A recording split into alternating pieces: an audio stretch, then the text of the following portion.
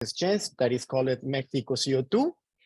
And of course, we were working, and Mexico CO2 is still working every day to give recommendations to governments in the Latin American region and also in the subnational region in Mexico to design and also implement carbon pricing instruments, because we have this huge opportunity that means very material and important resources for driving the transition to a low carbon economy. And the European Union is no exception on this. There is a 20-year-old emissions trading system that has reached so much financial resources that are being now used into climate finance solutions. So now coming to the start, just to let you know, like a general introduction to the economics of Mexico. Mexico, it's a country that is still being developing. Therefore, the projections on the greenhouse gases emissions are not still reaching a tipping point. It is still, as you can see in this graphic, that was made by an study that has been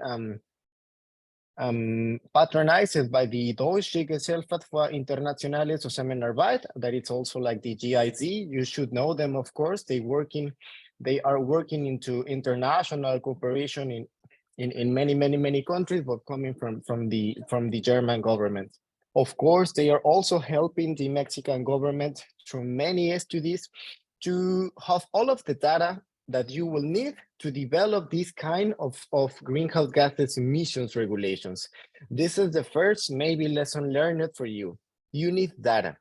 And if you want to regulate greenhouse gases emissions, you need to really know what is going on in the country in terms of sources of greenhouse gases emissions.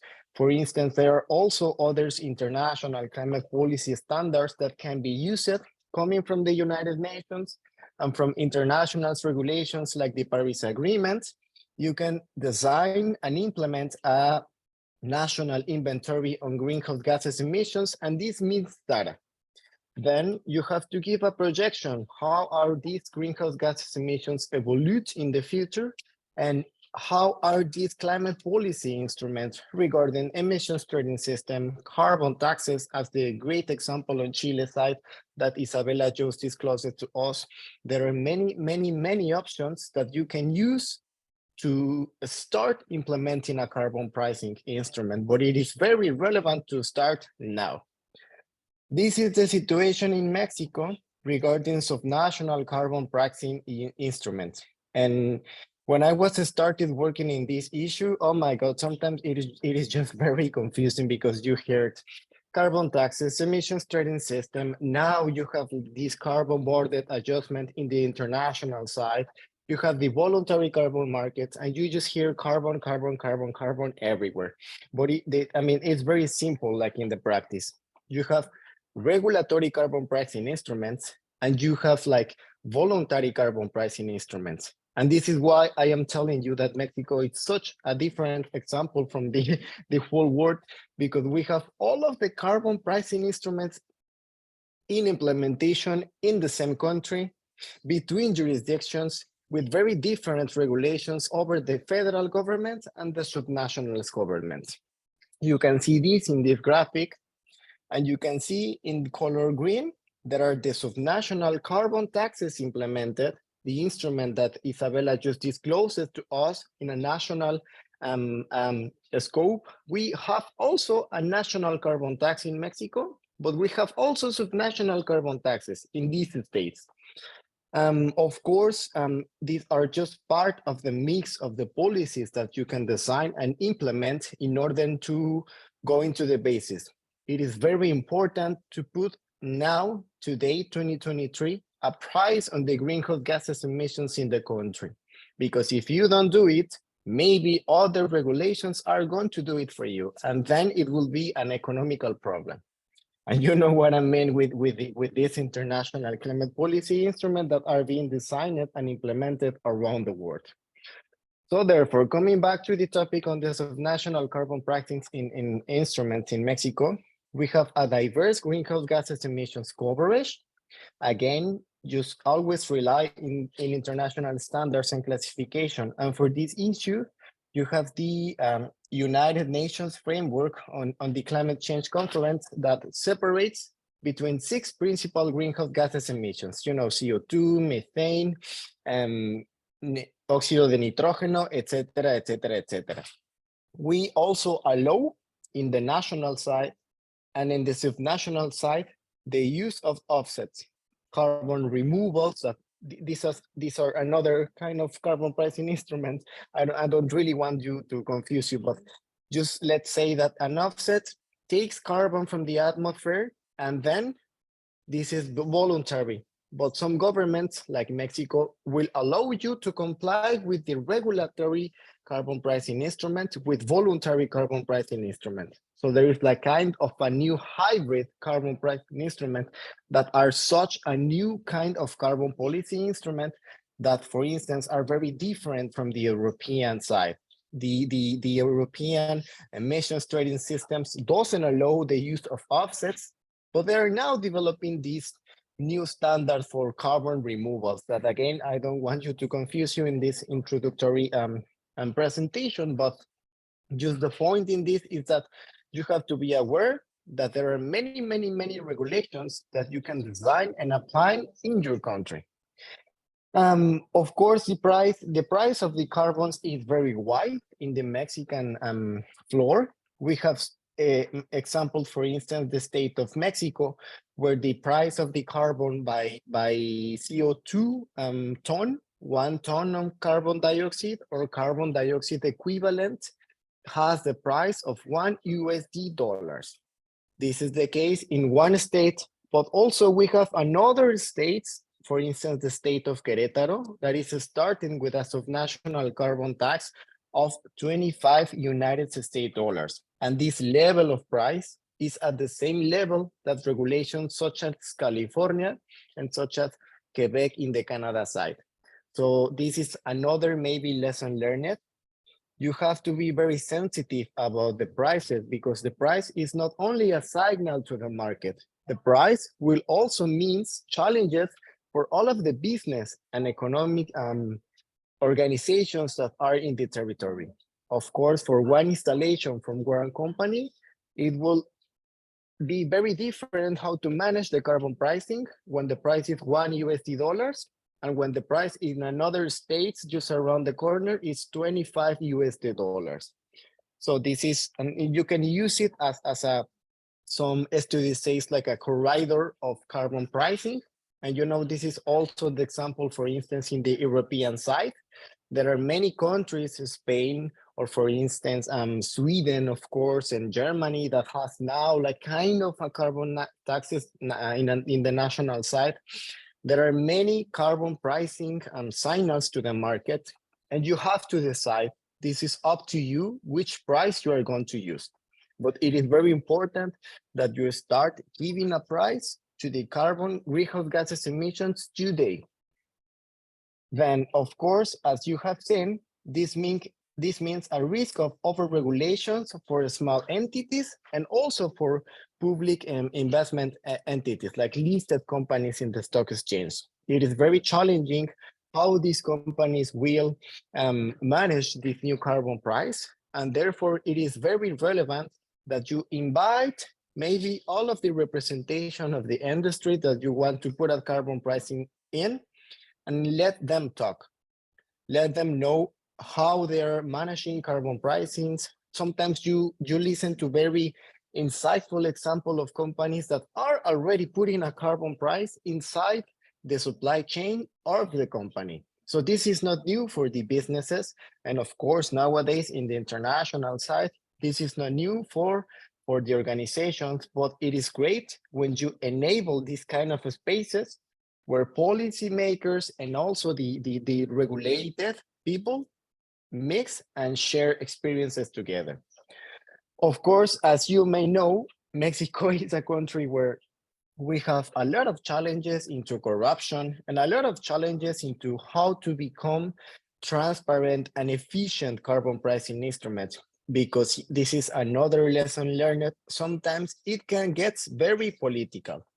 And therefore, to comply with the trust and of course to have the legitimacy that this kind of carbon pricing instrument deserves to the people, to the general society, it is crucial that you enable transparent processes in order that people can have trust in this carbon pricing instrument, and also that we can show them to all of the stakeholders, of course, that putting a price in greenhouse gases emissions will make sense to change our economies that are evolving still into a transition to a low greenhouse gases emissions economy. With this said, now I will introduce you our very principal carbon pricing instrument that is going on in Mexico. It was developed since some years ago. Of course, the international cooperation on this issue has been crucial, and we have help from many countries and many experts on the issue, from the researchers, from the academia, from the private entities, from international cooperation, and of course from the framework of the United Nations for this challenge, global challenge, that is the Paris Agreement. So this is how the Mexican emissions trading systems looks nowadays. As I mentioned we have data to have like put like a cap on the carbon pricing system overall. So far, how does it work in the practice? In this figure, you can see the industries and the regulators. Let's say I will be a representative of the Mexican government. And then I will say, okay, I want to put a carbon price in the energy and the industry sectors. I have the data. I will select them and you will participate, you and you and you. And this is the cap that we know the industry is generating. Our goal, or the primary goal of these emissions trading systems, is to reduce the greenhouse gases emission from a start point through another point through the years. And for this, we will need a market. And then is where the things get very interesting. As Isabella mentioned in the previous session, a carbon tax is pretty much simple in the implementation. You put a price on the carbon and you give the signal to the market. And you say to the participants, okay, now the carbon needs $20 per ton. In an emissions trading system, the situation is different because there is not a fixed price. The prices will be evolving regarding the industries that trades carbon emissions, because now they work a similar, not like that, but similar, just to give you the idea, as the stocks changes in a stocks change market. So coming back to the design of this greenhouse gases emissions coverage system, we have this goal of reducing the greenhouse gases emissions in Mexico that is linked to the national, to the NDC, that is like the commitment that Mexico has disclosed to the world in order to reach the goals of the Paris Agreement, that is like international commitment, and I'm sure that also Turkey has signed this international agreement. So you can use this kind of carbon policy mixtures to comply with the international commitments that you have face to face to the United Nations, for instance. Now it is, I mean, it's such a shame coming from the practical side, because yeah, we have all of the studies that you may imagine. As you can see in this slide, we had support of the international cooperation and the international friends, let's say, from Germany, from the UK, from the United States, of course, from Quebec, from Canada. Everybody has helped Mexico so much to design and have the data and to have everything ready so this market can go on.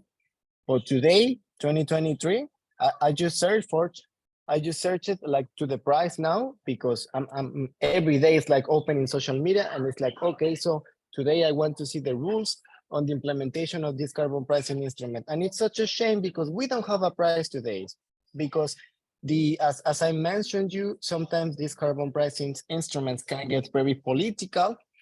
And so far today, we don't have a price on the greenhouse gases emissions. And this is such a shame because we are having carbon pricings in the international side. And as I mentioned you in the first, in the very first slide, if we, the Mexican, don't start putting a carbon price to the greenhouse gases emissions in our territory, other countries maybe will make it for us, and then it will become a problem for the local economy. So carbon pricing is also a financial risk. And this is something that, I mean, from the lesson learned, I can disclose you. You have to see greenhouse gases emissions as a financial risk, because this is how it can turn in the future. And coming back to the slides, if you remember, I told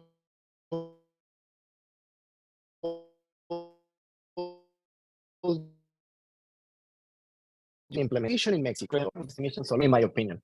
Going now to the lesson learned, and of course, I hope that I am being clear so far how this in the practice mixture of carbon pricing instruments work in the practice, of course, and also from the regulatory side and from the practical side. As you may see, you have to have clear rules on the governance among carbon pricing instruments. And for this issue, I can only recommend you these 5 recommendations. First, consider the existing legal basis in the jurisdiction. To enable the national greenhouse gases emissions trading systems in Mexico, some years before, we already had a national law on climate change. And this climate change regulation, it is stated that we should develop a national ETS as mandatory in order to comply with the United Nations Paris Agreement goals that we disclose for the international community. So first, consider the legal basis that you already have, because maybe then in the future, it's like making bulletproof your regulations so that no one or no political change can put back the efforts that were already made. Second, of course, you have to embrace the previous efforts on carbon pricing instruments. There are many examples, and I am sure that Turkey, foreseeing the risk on the carbon border adjustment, you should already be doing so many efforts that can be taken into consideration. And please try to avoid over-regulation, because for us in the business side, it's very complicated in the practice. Just imagine that you have one guy or one lady like working in this in an industry, and sometimes they get very confused because it's like, oh my God, I have to comply the state, and I have to comply the national side, and I have to comply the international regulation, and then just keep it simple. And there are many international standards that you can use for this advice. Of course, the recommendation number 4 relies on getting together with the stakeholders in these kind of events. And again, congratulations, Mr. Okan and the Directorate of Climate Change of Turkey for making this international effort that are crucial for reaching these global goals. And last but not least, as you may see, international cooperation matters for the enforcement of these greenhouse gases emissions regulations. Now, how can we see challenges and opportunities from the Mexican side? As I mentioned you, we also have to really, sometimes we have this feedback from, for instance, the International Carbon Action Partnership, the ICAP, that always is helping these national governments on advancing in carbon pricing. And they have been working on this for maybe 20 years so far. But sometimes it can be frustrated because it's like, okay, now we're going to talk to Mexico, and the national office, everybody has changed it. And the next year is like, wow, everybody has changed it again. So it's like, yeah, you have to be very patient, and you have to always never leave nobody behind. And you have to have this kind of meetings and conversations to get a stakeholders engagement. And you have also to disclose these efforts to the people and to the public society, because when this gets social, then things start to change. Of course, for this, political willingness matters. And again, this has to be in every agenda of every politician. He or she should have considering a climate strategy if they want to get voted in the future. If they are not doing this, maybe they are losing these kind of opportunities in the political side. Of course, transparency really matters for the use of these resources. Of course, it would matter more regarding international efforts, for instance, the carbon border adjustments that I will disclose this in the next slide. And you have to, I mean, it's not only my opinion, it's also based in many researching on the issue. When you over-regulate the market, the business struggles. And we don't want, of course, to struggle the business and our economies because we want to be developed as other nations too.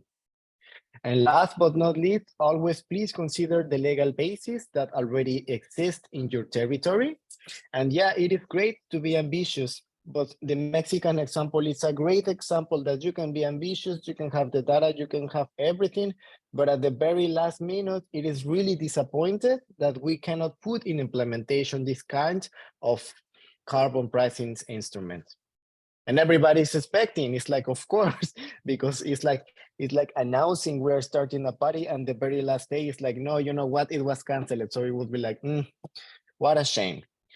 But now, I can only recommend you from this carbon border adjustment regulation that is going from Europe to another part of the world. Of course, this should be a priority in the Turkey side because Turkey, at least for Germany, is like one of the priority trade partners that they have. I mean, Germany really depends on the efforts of international trade of Turkey. And this is how carbon pricing and carbon pricing policies will start now to be considered in the supply chain of international trade. The carbon border adjustment that has already been approved by the European Commission and now is waiting to be implemented will cover these products: iron and steel, cement, fertilizers, aluminum, hydrogen production, and electricity. And the rules are pretty much simple, but we will see how this is managed in the future. If a country outside the European Union wants to import trade business trade goods to the European Union, they have to show that they have some kind of carbon pricing instruments. Let's call it a carbon tax, an ETS, whatever. And then if the price is between the same level, the European Union will say, okay, welcome, you don't pay anything. But in the other side, let's say with the Mexican, we don't put any effort into the implementation of the national ETS, and we want to trade with the European Union in the future. The regulators in the European Union will be like, okay, you know, it is very nice, but you have to pay the price on the carbon that we have here in the European Union. So therefore, this is my very advice for seeing what is coming into the future is like, please start today. It doesn't matter the price. It doesn't matter if you have like a very sensitive or very specific system for trading, but you have to start now before another international regulations make it for you. And last but not least, I mean, I will be happy if you disclose this presentation with you, with the audience, of course, because there are many interesting examples that we can give you from the Mexican side. And of course, there are also many other readings that you can go into more knowledge about this issue from a researching perspective, but also from a pragmatical perspective. And yeah, this will be my presentation. Thank you very much for listening. And I just put this little photo of the dog because, you know, as I mentioned in the very first slide, the Turkish side and the Mexican side are very similar in the practice. It's just fascinating how close we are, even when we are so far from the geographical side. We love dogs, you love dogs. We also face earthquakes, like heartbreaking earthquakes. But this is an example that international cooperation can help This little dog was like a present from Turkey, I think, because some soldiers from Mexico were sent in order to help in the recent earthquake. That I really hope that things are getting better in your country, of course. So please always rely on the international efforts. And yeah, as you see in this conference, we really want to support. And of course, we want to learn, because only through international cooperation, we will reach the Paris Agreement goals, only like that. So thank you very much. I will be happy to answer some questions. And now going back to you, Michael. Thank you. Thank you, Fernando. Thanks for the reminder also on the importance of international cooperation at a time where indeed, the global order is becoming somewhat more fragmented and competitive and tense in some circumstances. That said, we are a bit behind on time, so I will quickly switch over to Alvaro to share with us some insights from Argentina and the carbon tax there, and then we'll return, and we should still have ample time for discussion. I certainly have continued noting questions also to you, Fernando. So thank you to both of you, Fernando, Isabella. Let's hear from Alvaro, and then we'll open for Q&A afterwards. Alvaro, over to you. Yes, thanks, Michael, and thanks, Fernando, and all the colleagues. Thanks, Okan, for the invitation, and thanks for the government of Turkey for this opportunity to share with you some ideas and experiences on carbon pricing instruments. I'm going to be very brief. In the case of Argentina, we don't count with an emission trade scheme yet, so we only rely on some very basic instruments, and one of them is the carbon tax. I'm gonna talk a little bit more about the context rather than the instrument itself, but I think that we have some similarities with Turkey in terms of economy and economy dynamics. Indeed, the very broad context is that in the case of Argentina, most of let's say CO2 emissions coming from energy sector are influenced or are driven by subsidies, which are very important. In the case of Argentina, we have a lot of different type of subsidies affecting or covering the energy sector. Subsidies aiming at lowering the price of natural gas or even for fossil fuels, in order to help people to get to this type of fuels. But on the other side, and more recently in the last years, it's going to be, it was an increasing interest on another type of the opposite side of instruments. In this case, we have a carbon tax that is part of a broader tax discussion, but ever since, let's say, 2018 and 2019, we have a carbon tax mostly focused on liquid fossil fuels.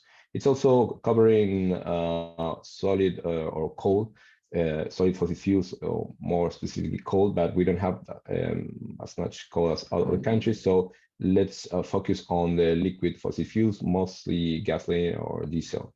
The point is that, as I said before, this carbon tax is outweighed mostly by other type of instrument like subsidies. So it is not very easy to identify the effect of a carbon tax in the case of Argentina. And we are also facing a lot of inflation since many years ago. And as you may see that on the news, nowadays it's more than 100%. So it really makes difficult to, as I said, to identify the real effect of a carbon tax in terms of curbing or capping emissions in the case of Argentina. But as I said, it's part of one of the first steps into a more broad climate policy. We have a climate policy or climate law. We have sectoral climate policies. We have a lot of, let's say, regulatory instruments, but the only concrete things in terms of pricing the carbon emissions is this carbon tax, as I said before. Of course, as many countries, and as Fernando also mentioned, we have on the voluntary market sector a lot of projects that from different private sector companies selling or trying to buy and sell carbon credits from different type of projects, mostly related to the ecosystem conservation and the waste sector. But this is part of another discussion. Coming back to the context, this tax was part of a broader discussion in terms of let's say increasing the amount of money that the government could get from different sectors, and on the other hand, with the aim of simplifying the huge amount of taxes that still exist in Argentina. So the point is that this was not part of an environmental discussion or an environmental target, but in a very practical result, in the end, it was an environmental tax or a carbon tax, as I said before. I would like to say and highlight again the issue of the inflation. In the case of Argentina, this tax started as an average about $10 per ton of CO2 equivalent. So this was the first, let's say, step on the first fixed amount of money expected to tax the carbon emissions from the liquid fossil fuels mostly.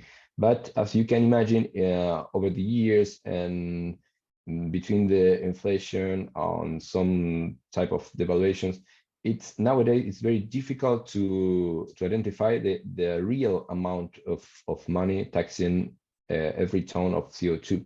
So I couldn't find exactly the number, and I don't think that anyone can know that, because every day things are changing.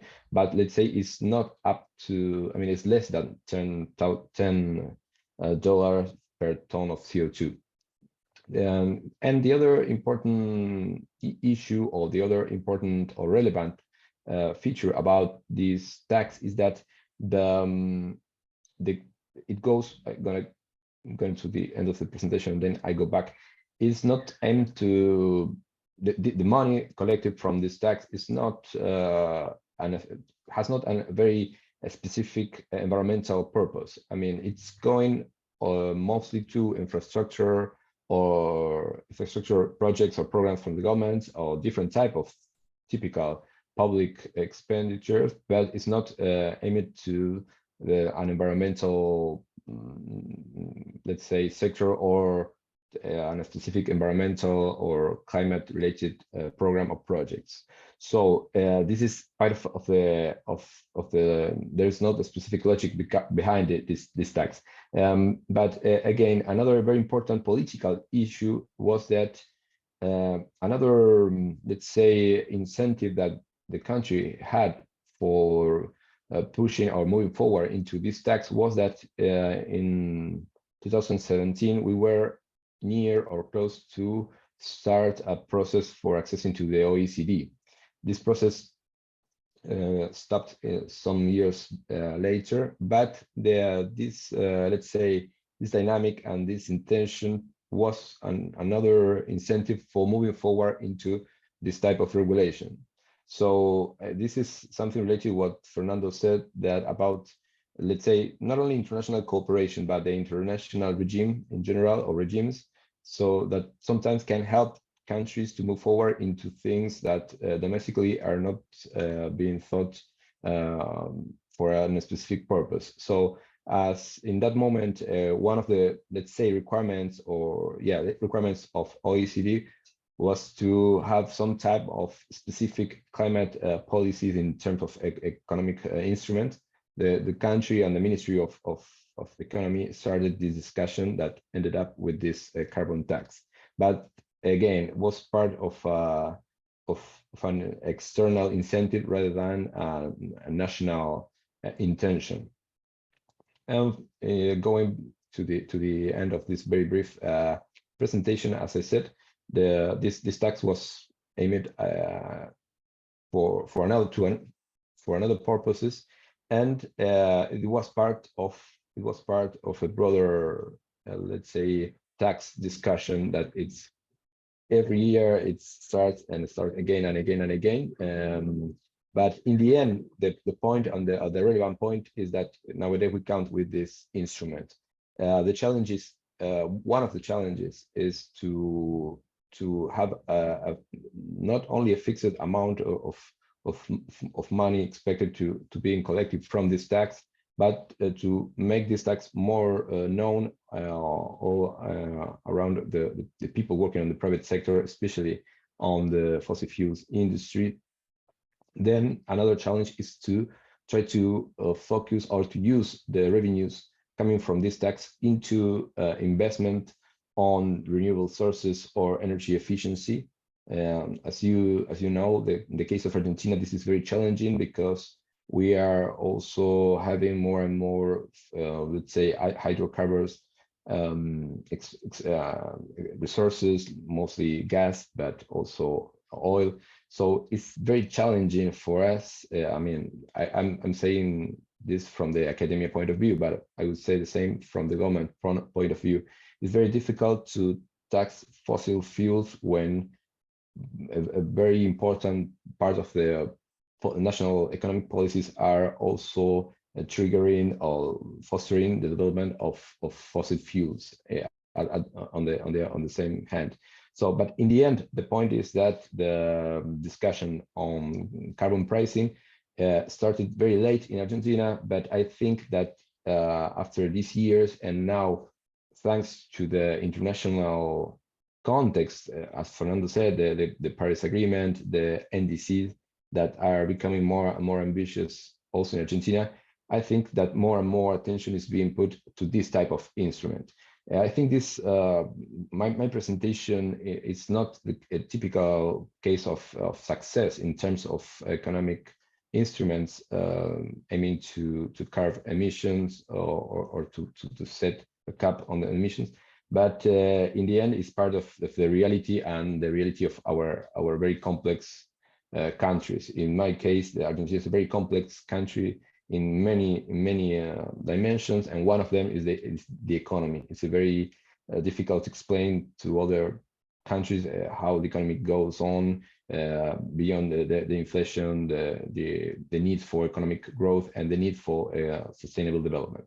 So in general terms, I just wanted to share with you this broad context and these challenges and these particular conditions that took us to develop this carbon tax. So I really thank you, and I'm very open to your questions. So thanks again for the invitation. Thank you very much, Álvaro. Muchas gracias también to you in Buenos Aires, I suppose. So, and to all three panelists. This was very, very interesting. It showed, I think, not only different approaches to implementation of carbon pricing, but also very different contexts, motivations, and experience, lessons learned. So I will open, we still have a good, almost an hour, and I will open to Q&A because I'm pretty sure that there will be questions from the audience. I suggest that probably the easiest way to do so, I mean, I'm very flexible and open to different forms of audience engagement and interaction. One way is, of course, to raise your hand in the chat, and I could call on you. You could also, or you know, with the reactions down at the bottom of Zoom, we can raise your hand. Another one is just to ask questions in the chat, and I will read them and pose them to our panelists. But I will kick off with a few questions of my own, just to give the audience time to sort of think of what they might want to, what questions they might want to direct at our panelists. And I'll go in sequence of the presentations that we heard.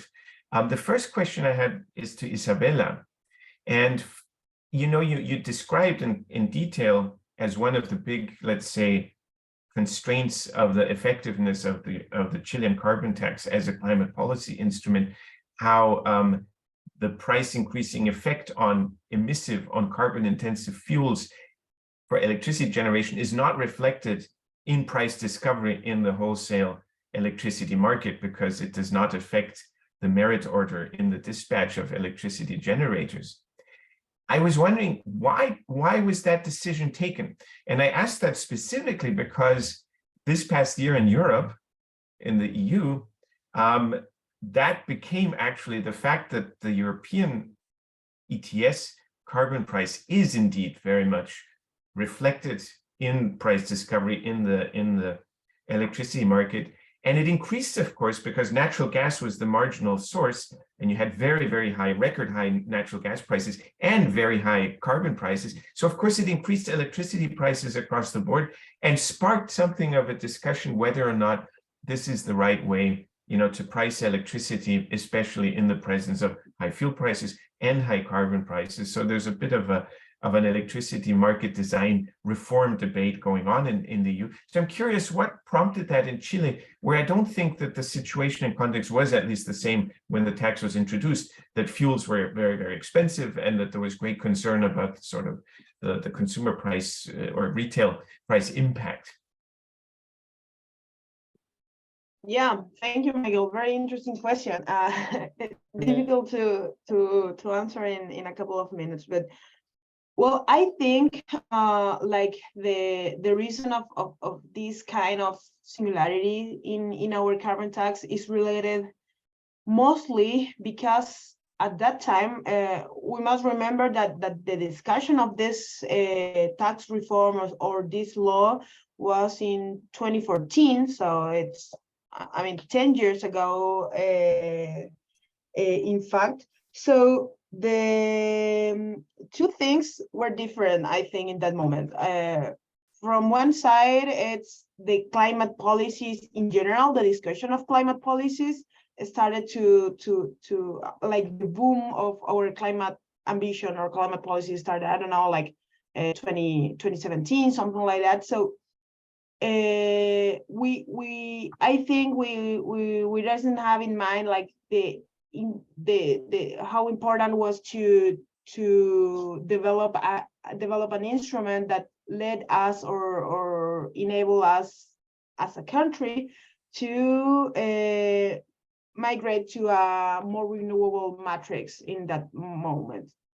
And in the other side, in 2014, the renewable boom in Chile wasn't the same like at this moment. So we had in that year or in that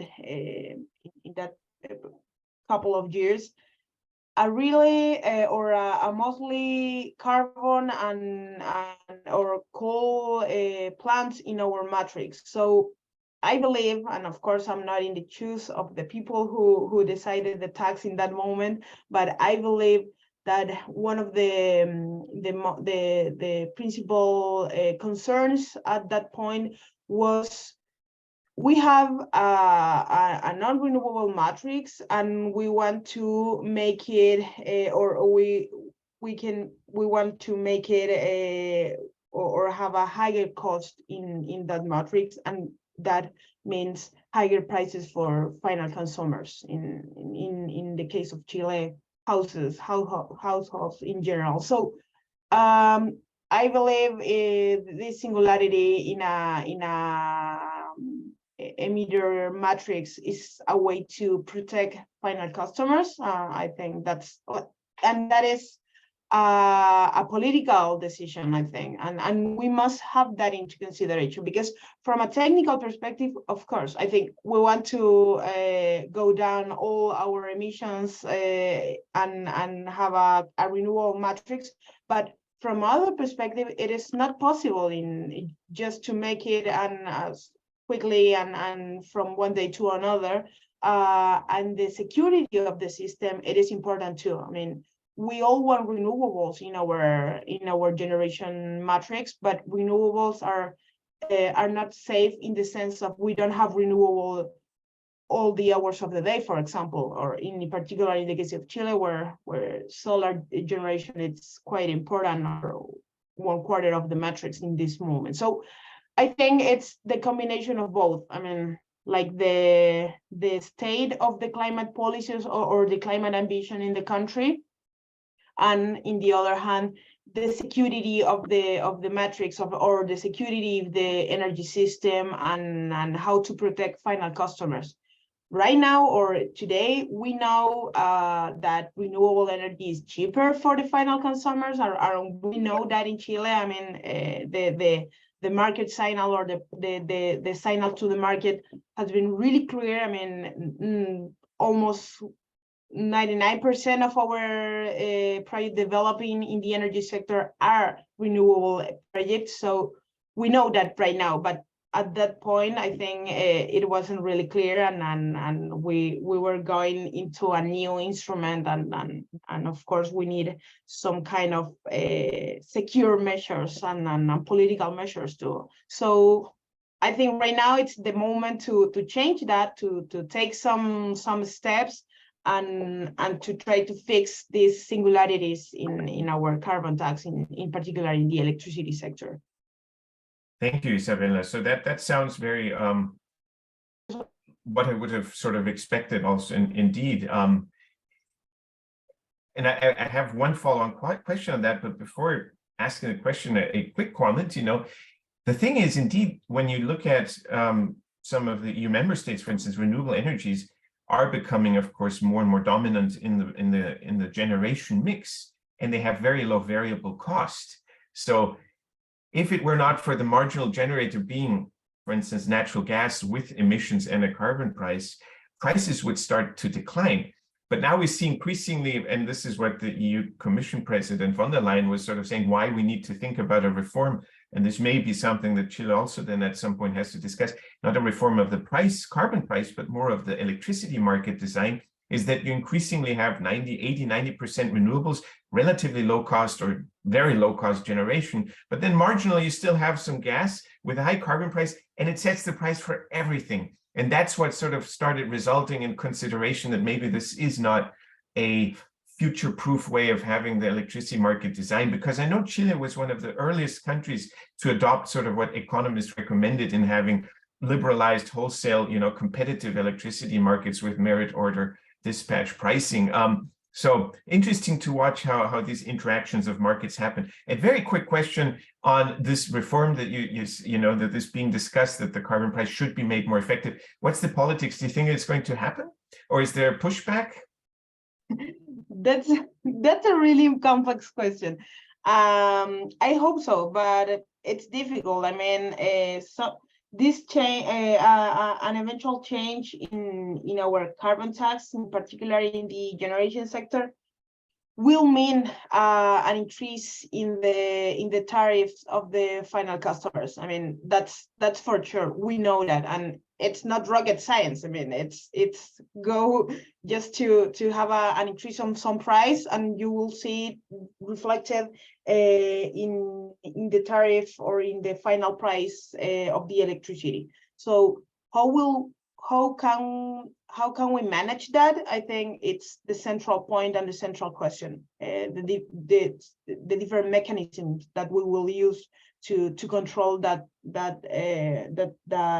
increase in the final price, and in a context that we have a maintained increasing of the tariff in final customers in Chile. I mean, we have been living that in the past 3 years, so we have something like 60% of an increase in some cases of some kind of customers in the electricity sector. So that will be a very political conversation in some point, and I hope so we can move forward in some changes in our carbon tax. But of course, I can see the future, so I can't answer that right now.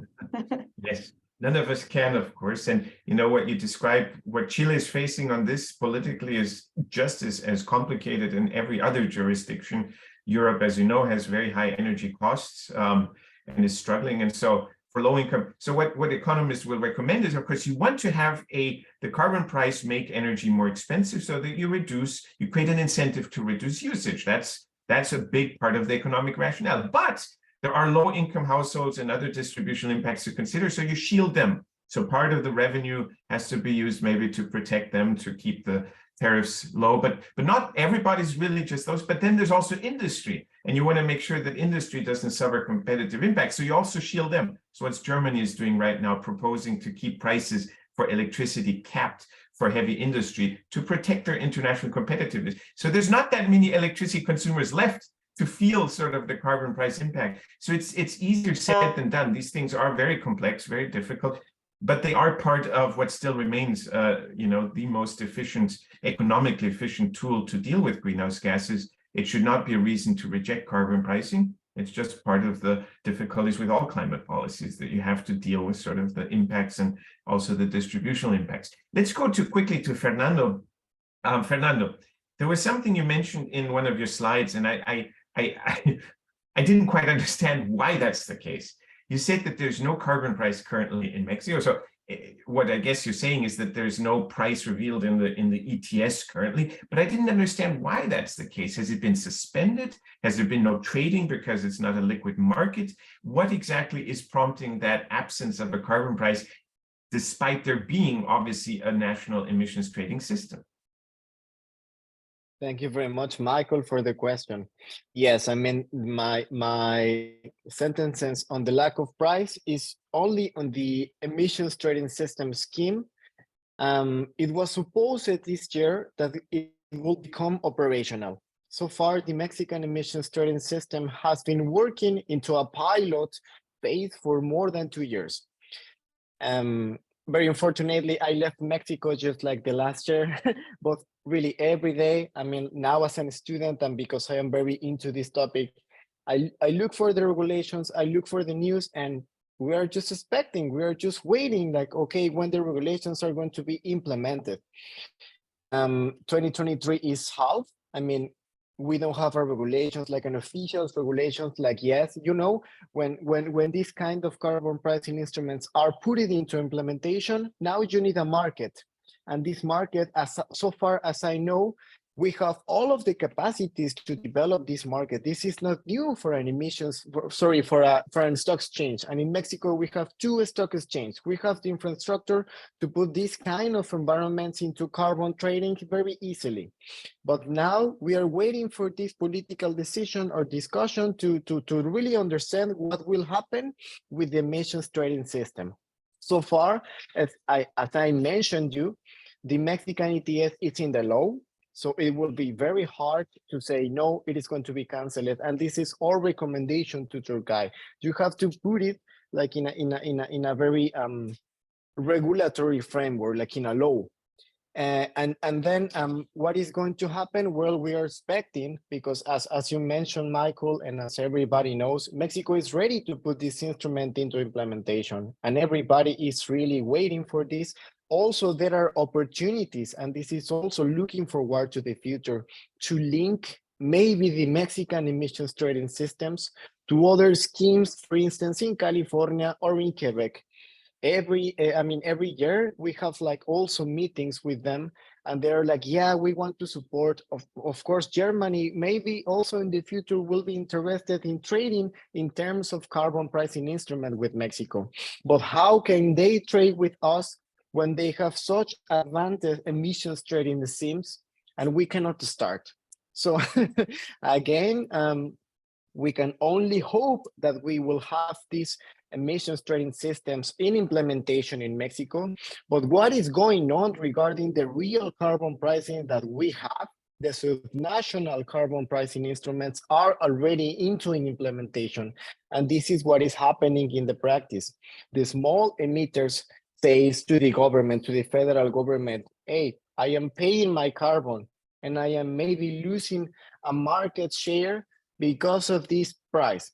And the very big emitters in the national side, they are not paying their carbon, you know, in very simple terms.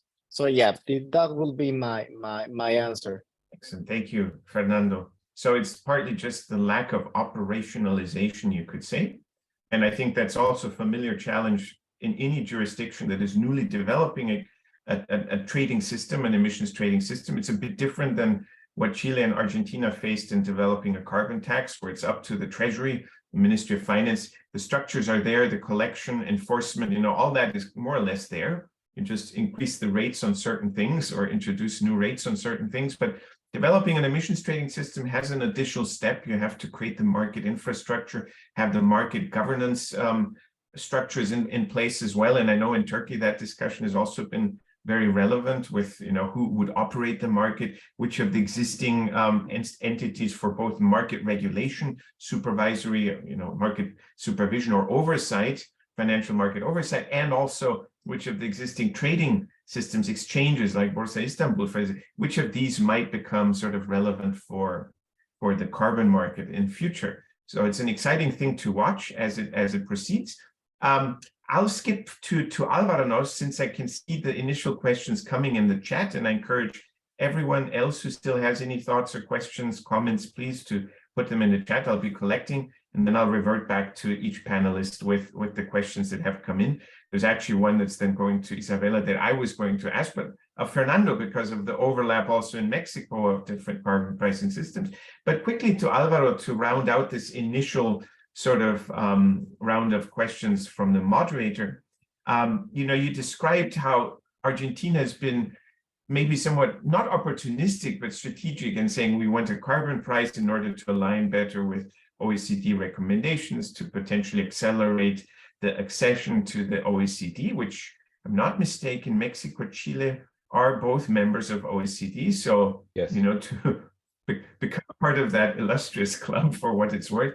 I wonder if, but that as the sort of price of that, or as the downside, is that it's really not a climate motivated measure, and it's not necessarily going to have a big impact, especially given that there's still very high fossil fuel subsidies. Argentina is a large producer of fossil fuels and may become, in fact, one of the dominant ones, given the unconventional natural gas resources found in southern Argentina.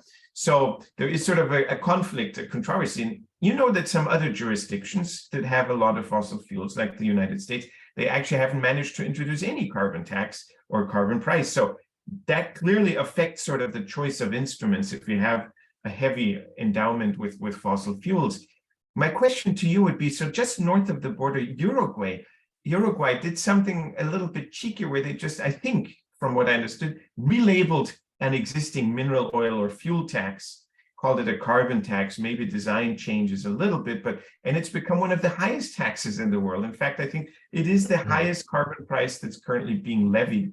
What do you think of that? How do you think, I mean, has that sparked the discussion in Argentina that maybe one should sort of reflect that as well in Argentina? Or do you think that's just not going to happen, in part because of your economic interests in the fossil economy, if you like? And also, has there been any debate about the CBAM, the European CBAM, potentially North American border carbon adjustment? Will that potentially shift the debate in Argentina? Just curious to see where this is headed. Thanks, Michael, for the questions. Yes, as you said, in the case of Uruguay, there was this situation I mean, they renamed or relabeled an existing tax that was already high, and now I think it's a little bit lower. But indeed, I mean, they already had it from a time ago, and they are a country that really imports fossil fuels because they don't have the production. And I think in the end it works in terms of you put a climate or an environmental name on an economic instrument or a legal instrument, and I think it's good itself. So even though as in the case of Argentina, it's not an effective tool, I mean, more and more people is talking about that. So it really pulls the attention of many, let's say, policymakers or the public opinion related to climate change, of course. So in the end, even though there's not a lot of money collected from that tax, or even if it doesn't change the climate dynamics in terms of emissions, I think it's a good step. Sometimes it's not coming from what we expect to come from, but in the end it's important. But I'm highlighting the second part of your question, and I think more and more in the case of Argentina, we are talking about this carbon border adjustment, and as in the case of the European Union that you already shared on the chat, which is very important. In the case of Argentina, we are very worried about this worry in the good sense of the word, and we are very aware of this type of policies, mostly because we are well connected to the world in terms of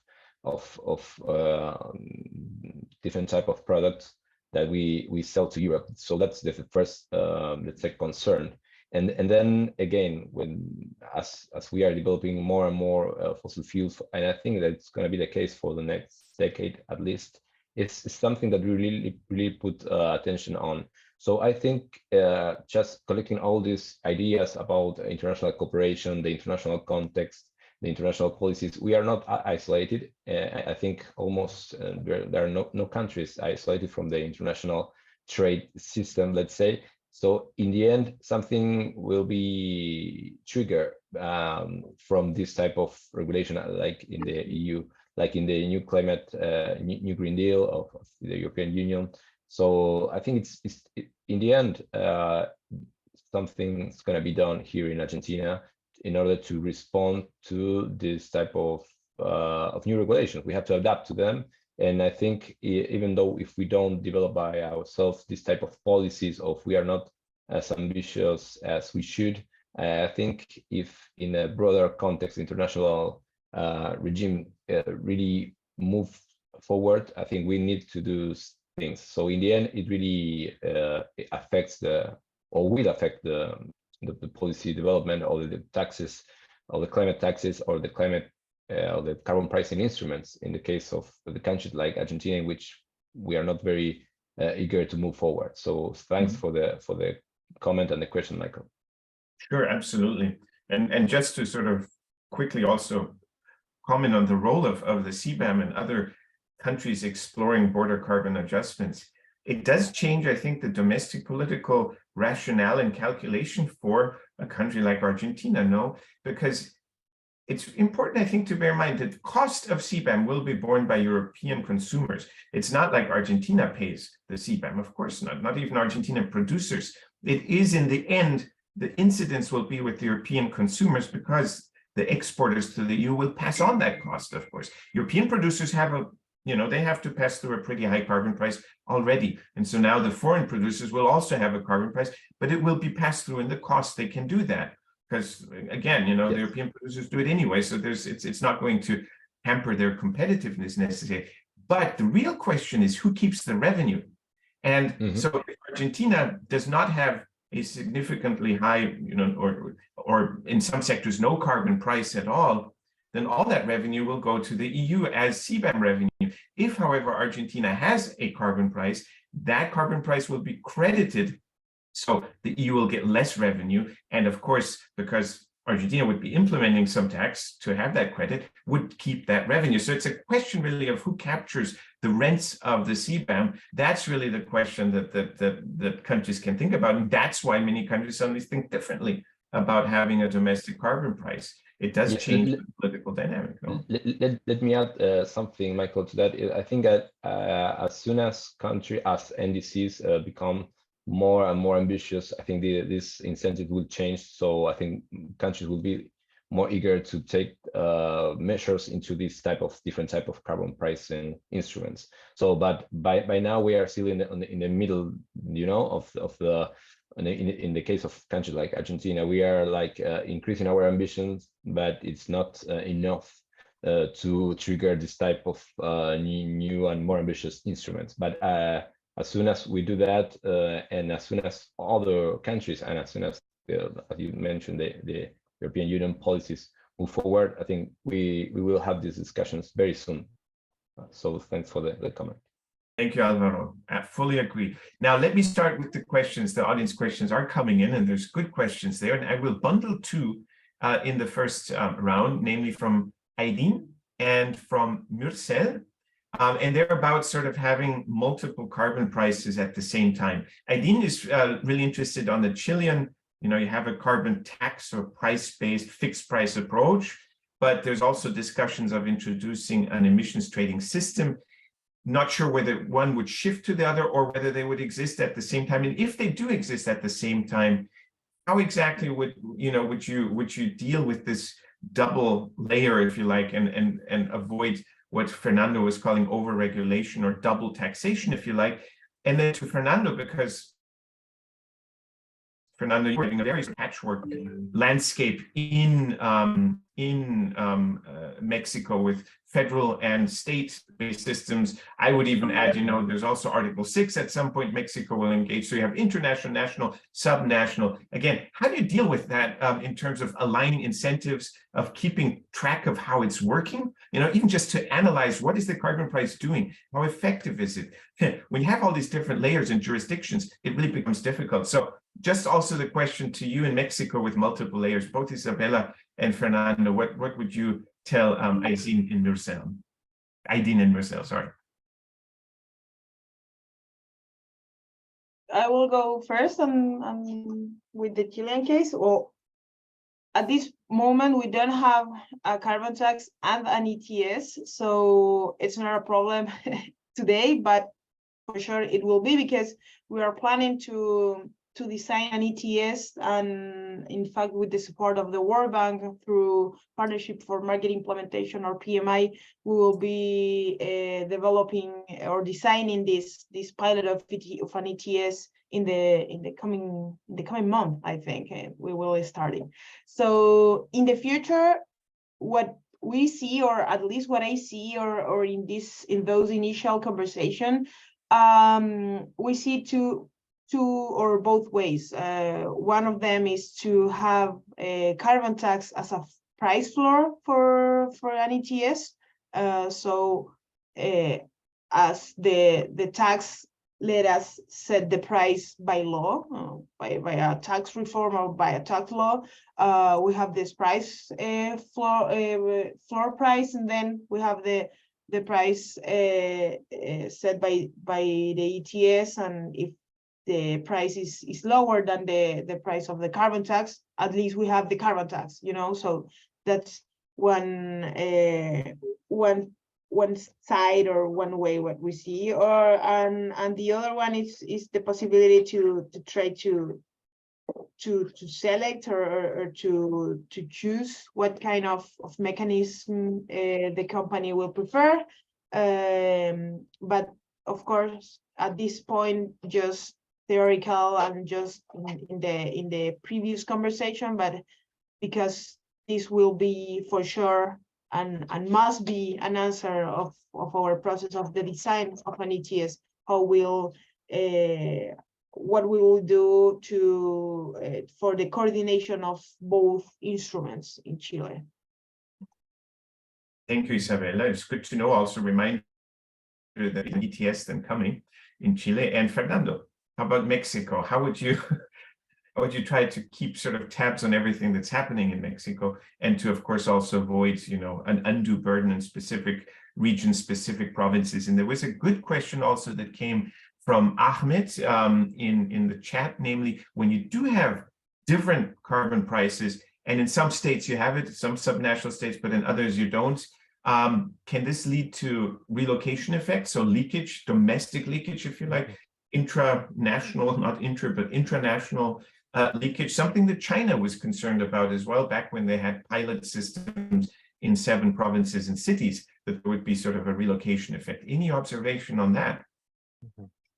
Yes, thank you very much, Michael, for this question, and also for the audience on this remark. This is the risk that every politician will disclose to you, and I will let you know my answer with this example.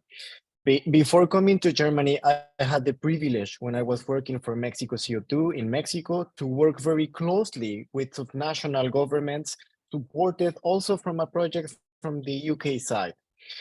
We started with 5 subnational governments that were willing to implement voluntary carbon market approaches, voluntary, not regulatory.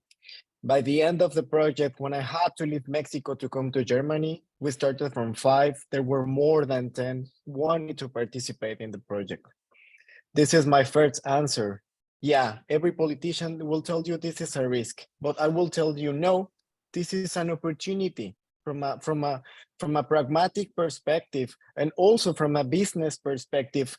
Now I will be some kind of the lawyer of the devil, because now I am making a master's of science in business, and I can really tell me, trust me. And if you don't trust me, trust the science behind this. This is an opportunity for businesses.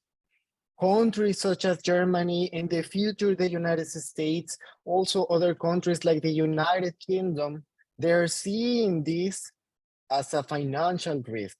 And of course, they will protect their economies, but also we can do it and we can work together if we want to reach the Paris Agreement goals. We don't have an option and we can only hope that we are making the right thing. I think we are really doing, and I think this is the right direction. And regarding to the carbon leakage, that it's always, everybody is going to tell you no, because the business are going to leave the country. Again, there is not one single empirical research paper that tells you, yes, this happened. From an empirical perspective, we found that this company has left the country because of these carbon emissions. It is not true. And I challenge you to find one empirical history that shows you that this is happening. I mean, again, trust science and trust the evidence on this. And what you will find, at least from my experience in Mexico, there is one subnational entity that is called Jalisco. It's my home state, and Jalisco is improving a lot a subnational greenhouse gases emissions carbon tax. And also they're improving a lot of climate regulations regarding to the voluntary carbon market. Businesses are arriving to Jalisco, German businesses from the United States, Tesla, you know, Tesla from these cars, they just arrived to Mexico and they choose a north state in Mexico because maybe, I am not sure, and maybe I am not very good for business, but I think that I will be for science, I hope. This is the answer, and carbon should not be seen as a risk. This is an opportunity, I think. Mm-hmm. Well, Fernando, that's, you know, you're kudos to your enthusiasm and optimism. And I can confirm what you say, that indeed the backward-looking empirical studies on carbon leakage, for instance, under the EU ETS, have not shown meaningful leakage. In some cases, actually reverse, you know, windfall profits for companies that were benefiting from leakage safeguards, free allocation, indirect cost compensation. However, don't forget also that the backward-looking studies look at relatively low carbon prices, 5 euros, 8 euros, and with free allocation. Going forward, if we have a high carbon price and we no longer have free allocation, it could change. That is why the EU has turned to the CBAM. And I think that's why any policymaker that is discussing or proposing carbon pricing does have to deal with these leakage concerns. It's unavoidable. I know that everybody on the call who's working in the government hears a lot about it, about the competitiveness concerns. Even that alone, unfortunately, makes it an important topic to deal with. But there are mechanisms, I think, to solve it. And generally, I would say, Fernando, I'm with you that you haven't seen economic decline because of climate policies. Certainly not climate, other policies maybe, but not climate policies. Typically, it's the opposite. Now, I do see a quick sort of where we're headed now. We still have about 10 minutes, then I will invite Kaan Bey from the Turkish government, who heads the emissions trading department at the Department of Climate Change, to give a few concluding remarks. But before doing so, I see one raised hand in the audience, and there's still one question in the chat. That should take us about 5 minutes, Kaan Bey, and then I'll hand over to you to close our excellent panel discussion. Now, Sanai, in the chat, you've raised your, and in the audience, you've raised your hand. If you can unmute yourself and you want to ask your question live, please do so. And if you prefer to type it in the chat, that's fine as well. Let's see if that's, so can you hear me, Sanai? And I'll ask her to unmute, or him. Hello? Yes, hello, perfect. Hello. Well, I have a question. I hope my tone is arriving. Yes, we can hear you. Okay. So I'm calling you, I'm joining from Ankara as well as the whole institution that is organizing this. And I have a total different point of view. And I talked with some of the department that is organizing it. I think that we're already too late. I see that you have different standards in South America. And I think emerging and developing countries, if we compare it to the image of an oil tanker, a huge oil tanker needs a huge U-turn, a big maneuver to step back from carbon emission. And small tankers, like the emerging countries or developing countries, they need smaller steps to reduce their thing. And it's not about reducing it. I mean, if you take the IPC report assessment 6 that just has been issued a few weeks ago, you have to admit that not net zero should be the aim, it should be something in minus. And for that, prices that we right now have with the prices that are set, we should have, and this is a question I put also forward in the morning session, there should be a harmonization, like the International Standard Organization should do that, a harmonization of the regulation of emission trade systems, that because we have only one sphere in that we put the carbon in. So we need one one regulation system that regulates all the carbon that is going to be emitted into the atmosphere. So what is their point of view if we're talking to the Turkish authorities and to the Latin American authorities? What are their thoughts? Very quickly, very short. Great. Thank you. Let me turn that into a broader question. Do you see any hope? I mean, this is my final question to the panelists. And Isabella, maybe you want to also take the question in the chat about where, it was about the budget, if there's a separate budget for the carbon tax. So maybe you can answer that. My final question to the panel before we then let Kanbei close is, do you actually see or anticipate, a pathway to a global carbon price, some sort of centralized approach to carbon pricing, as Sanae Kenevile just asked as well, kind of, can there be a future in which there is something that happens at a global rather than a patchwork of national levels? That would be my final question to you all. You can keep it short, and then we can hand over to Kanbei. Should I go first? Please, Isabella, yes. Thank you. I will answer really quick the question about the budget. In Chile, because of our constitution, we can have earmarking of our revenue. We can use it to particular uses. So it's unconstitutional. So we don't use at this point the revenue or the budget of the green tax or the carbon tax to some particular use. In fact, the use or the percentage of environmental investment or expenditures in the state are not too high. So we believe that if the revenue of an ETS is working like in the same legal perspective, we won't be able to use it. Of course, we can create some kind of fund as the climate fund of the European Union. But at this point, or from this point of view, we can use the revenue for a particular purpose. So that's the answer for this topic. Thank you, Isabella. I don't know, Fernando, do you want to try your hand at the sort of global coordination and maybe at some point one single global price? Yes, for sure, Michael. Thank you. And I have to say, it's a heavy question. I mean, if I have hope on this issue, I can only hope and we can only act. But I will let you know this. These kind of discussions are what we listen in the international climate policy discussions. Sometimes the discussions, of course, can get very political or maybe very sensitive because every country will try to see the best for their economies. This totally makes sense. But now I will tell you from a corporate world where the world has no boundaries, has just like markets. If you have a company, a business in Germany, in Mexico, in the United States, in Chile, and Argentina, and you don't see climate greenhouse gases emissions as a financial risk, you are losing your time, and maybe your company will not succeed in the future. That's one question. And then please remember that the ESG agenda will advance in the future. ESG regards to environmental, social, and governmental issues.